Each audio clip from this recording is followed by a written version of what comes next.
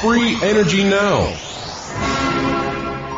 Imagine a world in which each home has its own power generator that obtains its energy in such a way that no fuel has to be added.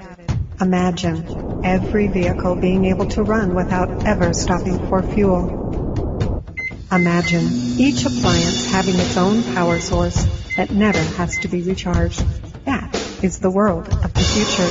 Join with us now as we track our progress towards such a Free world. Energy Now. I'm your host, Sterling Allen.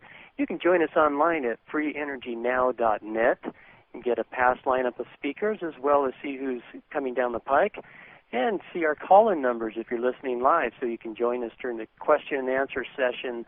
Today we have a special program. It's a 2-hour, possibly even 3-hour special. We can run 3 hours if necessary. We're going to try and get it in 2.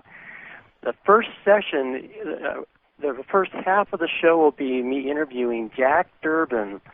Second section of the show will be calls and question and answer from a forum who's trying to replicate a device he was involved with more than a decade ago. The device is called Stephen Mark's toroid power generator, also known as a TPU. This was a solid-state device that produced copious amounts of energy, free energy from the environment. You wouldn't see where it's coming from, but there was this donut-shaped device that was putting out all kinds of power. It was powering appliances, 100-watt light bulbs, and other things that couldn't possibly be powered by battery technology that was then available. The energy was coming from somewhere else, but there were no extension cords, no fuel, no visible energy source, yet there was powering these things. And now, more than a decade after his experience with this technology, during his glory days, well after the NDAs had expired, Jack Durbin is ready to tell all. And so, Jack, thank you for joining us. We're glad you could come on. Well, it's nice to be able to reach out to the guys that are in the trenches that have put in a lot of midnight oil trying to get this technology to work. And my main purpose in coming forward after all this time, well, first of all, an NDA did expire about 6 years ago, but I thought I would give Stephen plenty of time to resurface and potentially continue his efforts. But seeing that that did not occur, and the chances are that Stephen may not even be with us anymore, combined with the fact that I had a feeling that I could possibly lend a little bit of help to those who might be stuck somewhere in the development phase of the device. And there is a large community of people, I would guess I'm not intimate to that group. I've been on the forum a few times, but I'm guessing that there are a few hundred people playing with that technology and a good several dozen who are really rolling up their sleeves trying to make this thing work and have been doing so for a number of years. And so a large segment of our audience today is going to be comprised of those people listening in to look for any nougats that you might be able to bring forward that will help them get past some of the stoppages that they've run into, so that they can replicate this technology and finally get it out to the marketplace where it could really turn things around in terms of the price of energy, the availability of energy. It would just really revolutionize. It would be akin to the invention of fire, the discovery of fire, in terms of the turning the tide on an era of scarcity of energy to one of abundance. And so we really appreciate you coming on. And there's basically two audiences that we're talking to here. The first segment, I would like to kind of gear to the lay audience who maybe has not heard about this technology before. And then the second segment, we're going to address more of those people who are directly involved in that forum and have some very specific questions about how did this thing work. And so that's kind of what we want to accomplish with this show.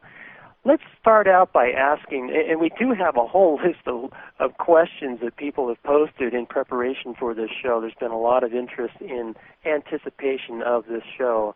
And again, we thank you for your courage in coming forward and taking this step. I'm sure today won't be the only time you'll be answering questions.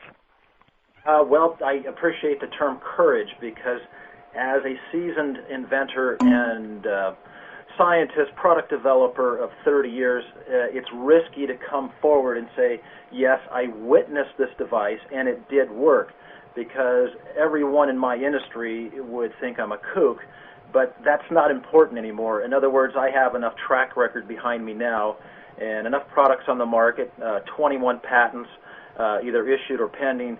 I've already paid my dues in my industry. I'm highly respected, and I no longer care if I'm labeled as one of the few lucky witnesses to one of the biggest breakthroughs in history. Yeah, and so I just want to say more along those lines, that it really is courageous for people who have a reputation to keep, so to speak, to go out into the fringe, so-called fringe, that of these technologies is supposed to be impossible, that defy the present laws of physics as we know them. But it's been people of such courage through history who have become the heroes, who are willing to go against the trend and introduce revolutionary new technologies, human flight being one of the best examples. So what I'd like to do at this time, just so that I can develop a rapport with the listeners and to establish that I am real, that I paid my dues. I've been at this for a very long time. I've been an inventor since I was in high school and was designing engine blocks and all kinds of mechanical drawings long before then. I just had a knack for engineering. When I got into product development formally, I was fortunate enough to work with some top scientists, some rather well-known PhDs in various fields. And now to date, I have a couple hundred products on the market. Some you've heard of, some you haven't. The LED tennis shoes you see kids wearing all over, I invented that in 1979. Right after that, the lighted Frisbee, which these are all low-tech products, of course. But after that, the Gatekeeper locking shopping cart that is a huge success worldwide. It is a locking shopping cart that I designed a wheel that has a 15 kilohertz, or actually it's 8 kilohertz, I divided it in half, receiver in it that looks for a buried wire around the perimeter of a parking lot and then locks the cart up. Well, that sounds trivial, but the science that went into that technology to have it operate for 4 years or 15,000 lockups was substantial. So I have a lot of product in the optics industry, electro-optics, manufacturing. I automated the rocket nozzle assembly for the Titan and Shuttle mission programs for JPL, which was done through Rocketdyne in Chatsworth, California. So I'm very, very comfortable with prototyping, product development from scratch, new technologies where they existed not before. So I know what my fellow compatriots are going through right now in the development or the continuation of the Steve and Mark device, which I will get into further later, but Steve and Mark did not invent that device, nor can I say any current day inventors have. This device goes way back, and it's being introduced all over the world. In fact, there are, I shouldn't say introduced to market, but introduced into the hands of developers, that this device goes way back into history, and this is not a new technology. Yeah, we'll want to get into that a little bit more later. Now, since Stephen Marks was kind of the pivot point in this technology, there have probably been some million people who have seen his video on YouTube, a number of videos actually, where he's showing this thing powering different devices. One that most people have seen is in a very wealthy home. What is your role in Stephen's toroid project of a decade ago? Okay, perhaps we could start off by stating that toroid is really of no significance in this design, in that the only reason why he built the devices on any circular device is because it was easy to wind, and it just so happens that the large unit, which I believe is 15 inches in diameter, I've seen 16, but I don't believe that's the case, that was actually wound on a stack of speaker mounts that came from the spheric audio line that I was also working with that later became Extreme Technologies. So The fact that it's toroidal is only indicative of its shape and geometry, having nothing to do with the topology of the orientation of the coils. In fact, the technology resembles a Tesla patent that was issued in 1888 that looks like it was cloaked by Tesla himself to possibly disguise the technology as a mechanical or more conventional type generator. That patent number?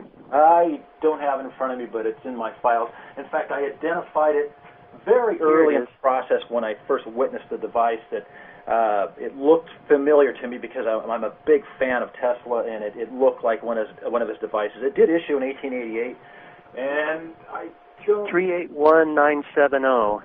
That sounds familiar. Anyway, you gave in the email a couple of days ago. Right, that's the one.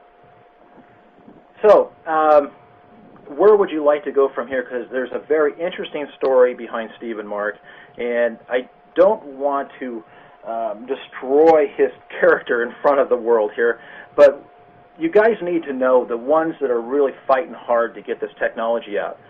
Yeah, let's get into that a little bit later, and I do want to touch on that, but for the sake of the replicating audience, let's not spend too much time on that particular aspect.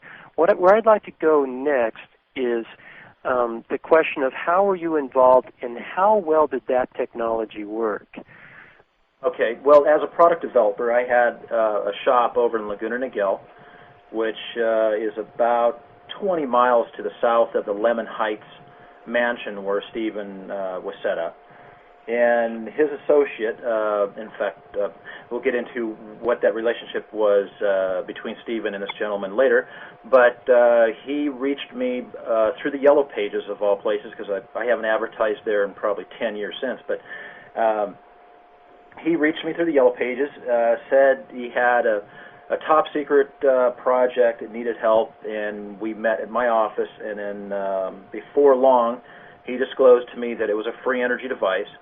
I had already seen quite a few technologies that failed. In fact, I was a clearinghouse for not only free energy technology, but alternative medical devices. I worked with Barry Lines with the Rife technology. In fact, we formed a company together before he had to hit the road because of FDA trouble. But I was used to seeing this technology before, and most all of them I don't want to call them frauds, because there was a lot of well-intentioned people that thought their technology did work, but they failed to stand up to testing. So anyway, after I met this gentleman, his name was Mercury Marilla. If anybody is intimately knowledgeable of Stephen, they'll recognize that name. It doesn't show up in any public documents, but he was a key player when it comes to being involved with Stephen in a personal way. Anyway, how do you spell that? Mercury Marilla? Yeah, it's spelling Mercury like the planet or the material, and then Marilla, M-A-R-I-L-L-A. He can be found in criminal records. You won't find much on him public records, but if you go into the California prison database, you'll find him there. So he contacted you, and what was their request? Well, the mission was... the first mission, actually, was to replicate the technology. But unlike, I saw some of the questions that were coming in on the board, and one gentleman, I believe it was Earl, asked the question, well, if you were given access to the technology, how come you couldn't duplicate it? Well, that wasn't the mission. The mission was to find a way to replicate the output or the ability to produce free energy by any other means other than what Stephen had developed. And at first, my thinking was that he was just trying to see if he covered all his bases, or if someone else completely outside from the cold could come in and get as far as he could, or replicate his findings, or perhaps find a way to have someone else do the dirty work because he was stuck at a particular place where I actually believe that most everyone is stuck now and still in the same place after 10 years. But I regress. He wanted me to actually come up with any type of technology, didn't care, but just to produce the same results. So we went into a mode of doing typical Tesla type of remote, primary, secondary type transmission, which is well known and very simple to do. And we even went into microwave and did